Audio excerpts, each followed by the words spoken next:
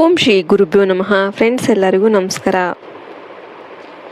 ಪ್ರೀತಿಯ ಮೇಷರಾಶಿಯ ಆತ್ಮೀಯ ಬಂಧುಗಳೇ, ನೀವು ಈ ವಿಡಿಯೋವನ್ನು ನೋಡುತ್ತಿರುವುದು ಯಾದೃಚ್ಛಿಕವಲ್ಲ. ನಿಮ್ಮ ಜೀವನದಲ್ಲಿ ಇತ್ತೀಚೆಗೆ ನಡೆಯುತ್ತಿರುವ ಕೆಲವು ಅಸಾಮಾನ್ಯ ಘಟನೆಗಳು ಈಗ ಒಂದು ದೊಡ್ಡ ಸತ್ಯವನ್ನು ಸೂಚಿಸ್ತಾ ಇವೆ.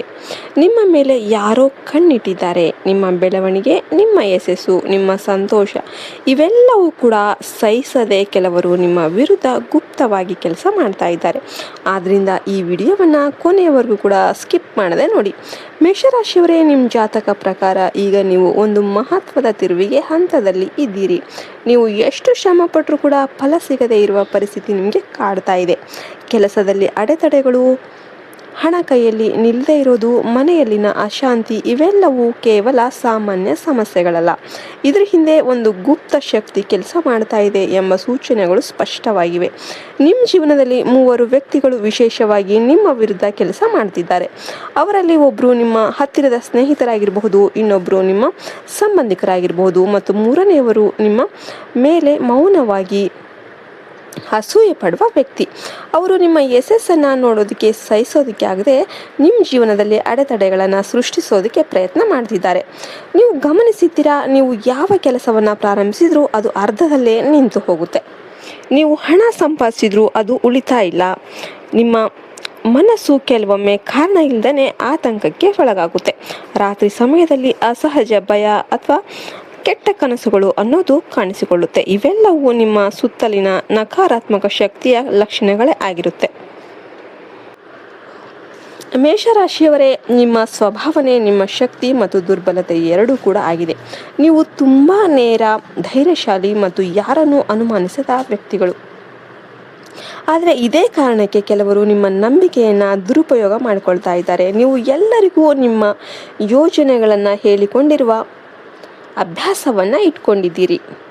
ಆದರೆ ಇದೇ ನಿಮ್ಮ ದೊಡ್ಡ ತಪ್ಪು. ನಿಮ್ಮ ಹತ್ತಿರದಲ್ಲೇ ಇದ್ದು ನಿಮ್ಮ ಹಿಂದೆ ನಿಮ್ಮ ಬಗ್ಗೆ ಕೆಟ್ಟದನ್ನು ಯೋಚನೆ ಮಾಡೋರು ಇದ್ದಾರೆ.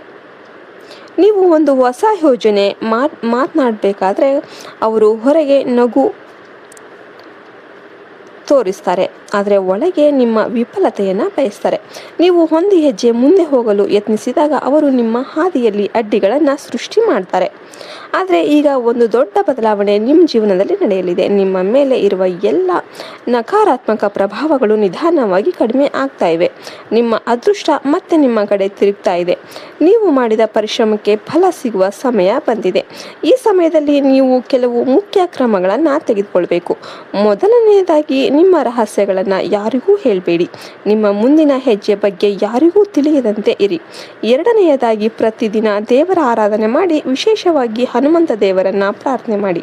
ಹನುಮಾನ್ ಚಾಲಿಸ ಪಠಿಸೋದ್ರಿಂದ ನಿಮ್ಮ ಸುತ್ತ ಒಂದು ರಕ್ಷಣಾ ಕವಚ ಅನ್ನೋದು ನಿರ್ಮಾಣ ಆಗುತ್ತೆ.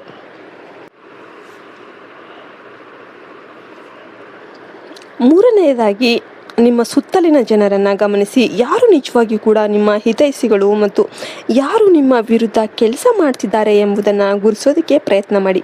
ನಿಮ್ಮನ್ನು ಹೆಚ್ಚು ಹೊಗಳುವವರಿಗಿಂತ ನಿಮ್ಮ ತಪ್ಪುಗಳನ್ನು ಹೇಳುವವರನ್ನು ನಂಬಿ.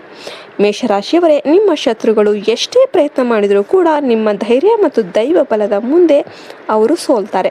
ನೀವು ಕೇವಲ ನಿಮ್ಮ ಆತ್ಮವಿಶ್ವಾಸವನ್ನು ಕಳೆದುಕೊಳ್ಬಾರ್ದು. ನಿಮ್ಮ ಗುರಿಯ ಮೇಲೆ ಗಮನ ಇಟ್ಟು ಮುಂದೆ ಸಾಗಬೇಕು. ಇಂದಿನಿಂದ ನಿಮ್ಮ ಜೀವನದಲ್ಲಿ ಒಂದು ಹೊಸ ಅಧ್ಯಾಯ ಅನ್ನೋದು ಆರಂಭ ಆಗ್ತಾ ಇದೆ. ನಿಮ್ಮ ಶ್ರಮ, ನಿಮ್ಮ ನಂಬಿಕೆ ಮತ್ತು ನಿಮ್ಮ ಧೈರ್ಯ ಇವೆಲ್ಲವೂ ನಿಮ್ಮನ್ನು ಯಶಸ್ಸಿನ ಶಿಖರಕ್ಕೆ ಕೊಂಡೊಯ್ಯಲಿವೆ. ಈ ಮಾಹಿತಿ ನಿಮಗೆ ಉಪಯುಕ್ತ ಆಗಿದ್ದರೆ ಈ ವಿಡಿಯೋವನ್ನು ಲೈಕ್ ಮಾಡಿ, ಶೇರ್ ಮಾಡಿ ಮತ್ತು ನಮ್ಮ ಚಾನಲನ್ನು ಸಬ್ಸ್ಕ್ರೈಬ್ ಮಾಡಿ. ನಿಮ್ಮ ಸಹಕಾರವೇ ನಮಗೆ ಶಕ್ತಿ. ಧನ್ಯವಾದಗಳು. ಮುಂದಿನ ವಿಡಿಯೋದಲ್ಲಿ ಮತ್ತೆ ಭೇಟಿಯಾಗೋಣ. ನಿಮ್ಮ ಜೀವನದಲ್ಲಿ ಸದಾ ಜಯ ಮತ್ತು ಶುಭವಾಗಲಿ ಅಂತ ನಾವು ಹಾರೈಸ್ತೇವೆ. ವಿಡಿಯೋ ಇಷ್ಟ ಆಯ್ತಂದರೆ ವಿಡಿಯೋಗೊಂದು ಲೈಕ್ ಕೊಟ್ಟು ಜೈ ಶ್ರೀರಾಮ್ ಅಂತ ಕಮೆಂಟ್ ಮಾಡಿ. ಜೈ ಹಿಂದ್, ಜೈ ಭಾರತ್ ಮಾತೆ. ಹರಿ ಓಂ ತತ್ಸತ್. ಸರ್ವೇ ಜನೋ ಸುಖಿನೋ ಭವಂತು.